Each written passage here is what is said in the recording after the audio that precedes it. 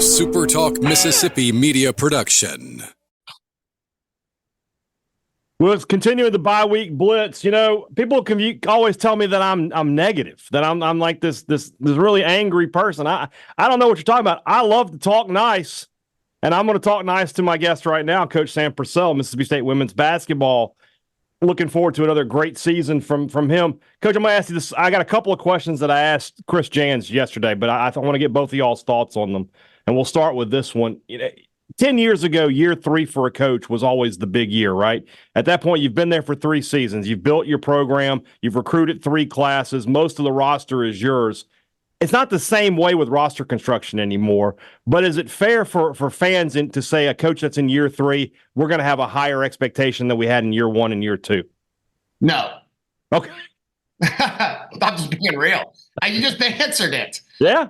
I mean, it's crazy, right? That's why our hashtag this year is own it. You got to just own the chaos that's coming within college sports. But hopefully, as a head coach, you're building a program where kids don't want to leave.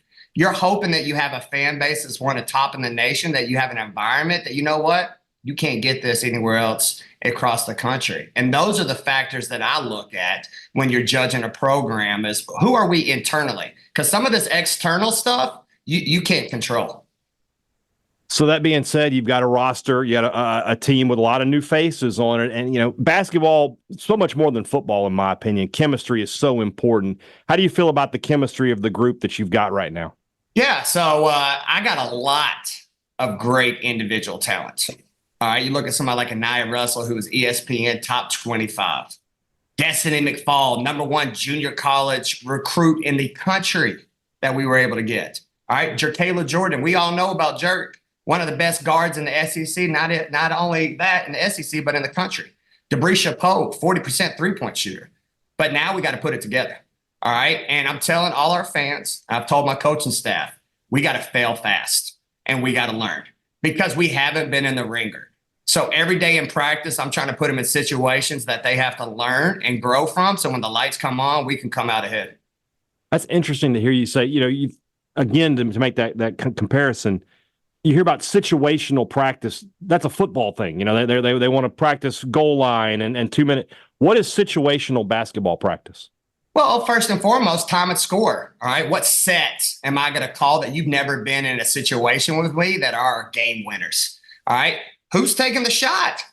I just named several great individuals, but who's going to take the moment when the moment occurs? And then most importantly, who's a pack of dogs that are ready for a dogfight that we got to get a stop and make sure the other team doesn't score? You mentioned Jerkayla Jordan. I think that, you know, among the players returning in the SEC, she might have been one of the most important ones, not only just from the production that she brings you, but the leadership standpoint as well. When you got the word that she was returning, what was that first reaction like? Ooh-wee. I was Tootsie rolling, whatever modern term in today's kids dance terminology. I try to do it as a 44-year-old man. Yeah. And it wasn't pretty. No, I think that part, I think me and Jans always talk about is what fans should value. Are your best players coming back? All right. If your best players are coming back, then you're doing something right. And those are things that you can control. For her not to leave in 2 years and be a part of my process is a statement. She loves Mississippi State. She is Mississippi State. And she wants to make sure Mississippi State wins. Another question I asked Coach Jans yesterday, because you just got so many new faces. We can't just sit here and you know, roll through all of them. So I'll ask you this. Who has surprised you the most since their arrival here in Starkville? Ooh, wow. That's a tough one, man. I'm telling you, everybody surprised me. If I had to give one, I say Destiny McFall, the #1 junior college player in the country. She's electric. She's left-handed. She's a scorer. And the best part is her best basketball is ahead of her. Every day we come to practice, she's getting better, and that excites me as a head coach. I think something that excites Mississippi State fans is you adding Victoria Vivian to your staff. I mean, just an absolute legend here at this university, not just in women's basketball, but just in sports. You know, if I had to do a Mount Rushmore of the last decade at Mississippi State, I think she's on the list with Dak and Jake Mangum and people like that. What exactly does she do for your staff? And then what is she going to bring to Mississippi State now that she's back? Yeah, that's a loaded question. First and foremost, what she's going to bring to our staff is everything. All right. Everything that when you give a speech that we have a vision that we're trying to sell, she's done it. All right. When we're in those locker rooms that you got to understand what it takes to win. She's living it currently right now at the highest level in the WNBA. And then most importantly, my kids who want to be pros, what a great resource to have someone in an active market who understands the right agents, what's going on to make a professional team, and most importantly, where women's basketball is going. So it's a blessing to have her. And then just the youth movement, right? Us coaches, man, we get older every single day. So to have somebody that's hungry to get in the coaching profession, she'll admit it. She's got a lot to learn. But I've got a full staff of head coaches here. They're going to mentor her and help make sure we put her in place so she can have success in this business. You got to replace one of the top front court players in all of women's basketball from a season ago in Jessica Carter. You got a lot of options there. Is that something where you have to do by committee, or is somebody going to step forward and be that same similar kind of player?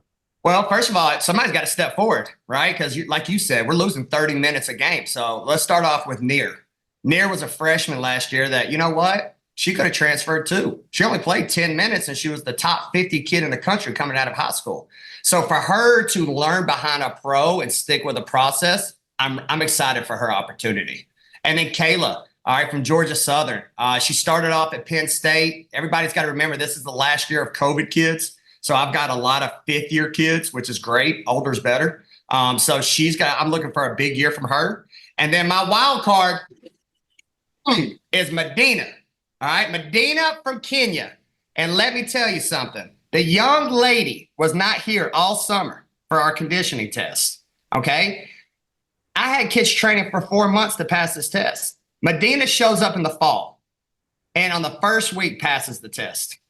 All right, I've never seen nothing like it. The kid has a motor and energy about her, but most importantly, she is prideful and thankful to live here in the United States and just living life for what all Mississippi State is giving her. And I know she's excited to get back.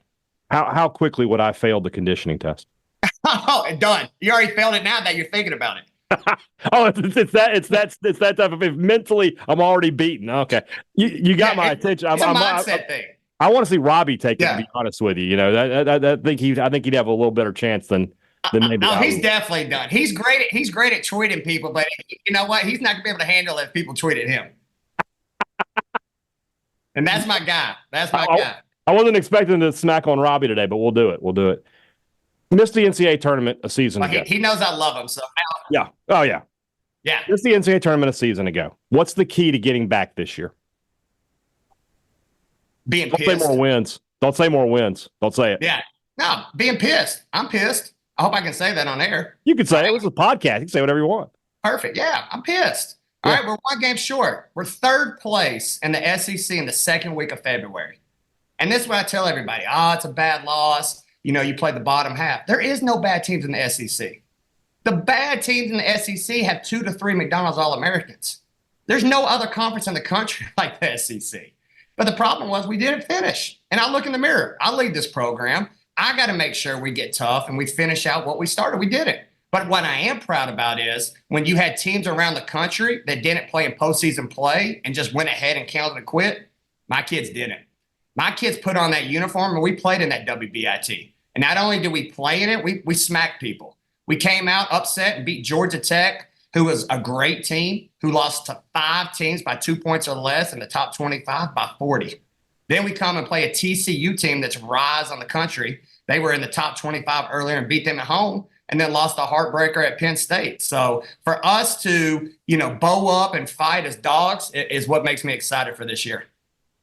I feel like from a basketball perspective, this season, both from the men and the women, there's as much anticipation as I can remember. There's been some seasons where the men were good and the women weren't as good. There have been some seasons where the women were elite and the men weren't as good. But it really feels like this year, the anticipation for both programs is incredibly high. Do you feel that? And is there sort of a symbiotic relationship with, hey, when they're good and we're good? I mean, you got that doubleheader game in Tupelo, and that should be a huge crowd for both teams. Yeah, no, I'm glad you asked me this question. I tell people all the time, this place is special. And it's not to be, he's trying to be employee of the month. It's real. Me and Chris Jans, like you said, we got hired at the same time. So what a cool relationship, right?